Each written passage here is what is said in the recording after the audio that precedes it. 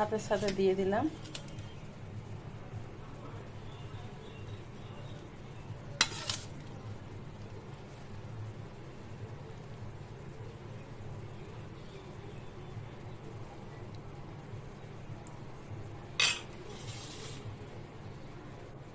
ভাতের সাথে আমি দিয়ে দিলাম, আর দিলাম সাথে ধনেপাতার চাটনি। অসাধারণ কম্বিনেশন।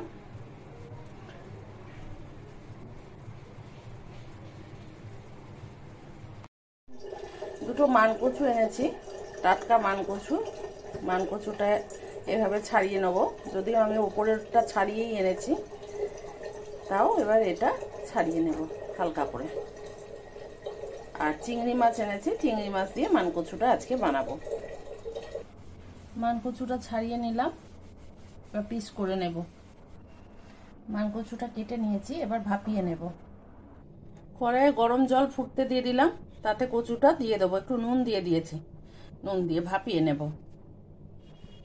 মানকচুটা চিংড়ি মাছ দিয়ে করব। উনি আমাকে চিংড়ি মাছগুলো বেছে দিচ্ছেন, ফলে অনেকটাই সাহায্য হচ্ছে। চিংড়ি মাছের খোসাটা এইভাবে ফেলে দিয়ে পিঠের সুতোটা ছাড়িয়ে নেব। জল গরম হয়ে গেছে, মানকচুগুলো দিয়ে দিলাম। আমার মানকচু ভাপানো হয়ে গেছে, এবার জলটা আমি ঠেলে ফেলে দেব। আর চিংড়ি মাছগুলো এইভাবে পিঠটা কেটে নিতে হবে, তাহলে একটা কালো সুতো দেখতে পাওয়া যাবে, সেই সুতোটা ফেলে দিতে হবে।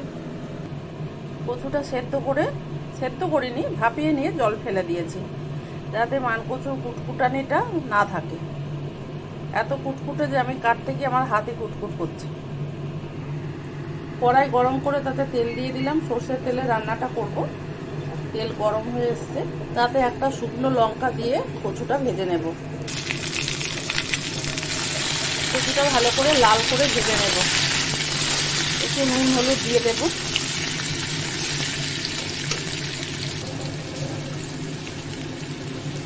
অল্প করে হলুদ দেব, নুনও অল্প করে দেবো। হলুদ না, নুন অল্প করে দেবো, যেহেতু আমার নুন দিয়ে ভাপানো আছে। এখন লাল করে ভাজা হয়ে গেছে, এই সময় আমি কচুগুলো তুলে নেব।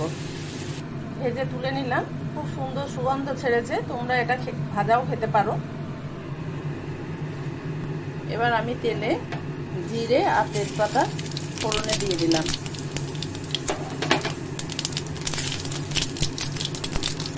ফোড়নের ভাজা গন্ধ বেরোতেই আমি পেঁয়াজটা একদিকে দিয়ে দিলাম। পেঁয়াজটা ভেজে নেব।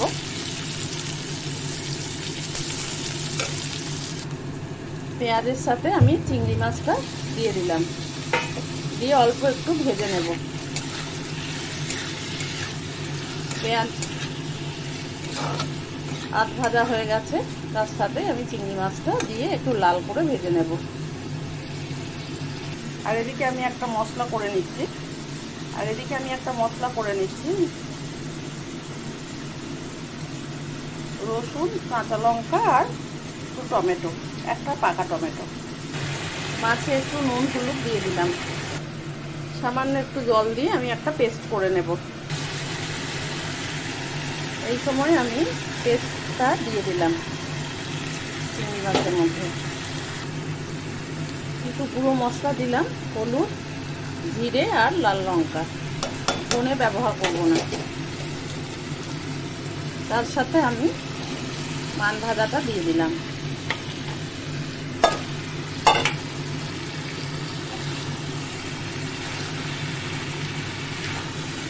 ভালো করে কষাবো। মিক্সি ধোয়া জলটা দিয়ে দিলাম। এবার খুব ভালো করে কষিয়ে নেব। ভাত বা রুটি সবের সাথেই খেতে পারো। আমি এখানে আলু ব্যবহার করিনি, তোমরা চাইলে 2-4টে আলু দিতে পারো।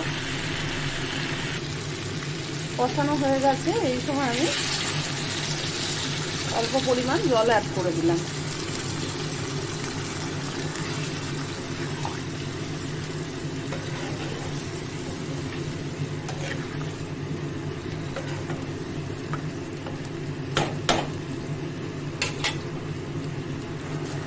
নুনটা দেখে নেব, আর একটু মাখা মাখা করে আমি গ্যাস বন্ধ করে দেব। তার আগে তেজপাতাগুলো তুলে ফেলে দেব। দেখো এই পর্যায়ে আমি নামিয়ে নেব। খুব সুন্দর সেদ্ধ হয়ে গেছে আর মাখা মাখাও হয়ে গেছে। ভাতের সাথে তো অসাধারণ, তবে রুটির সাথেও খাওয়া যাবে। রাখি বন্ধুরা, আবার দেখা হবে। দেখো কিভাবে বানিয়েছি, দারুণ টেস্টি। তোমরা বানিয়ে বলো কেমন খেতে হয়েছে। গুড বাই বন্ধুরা।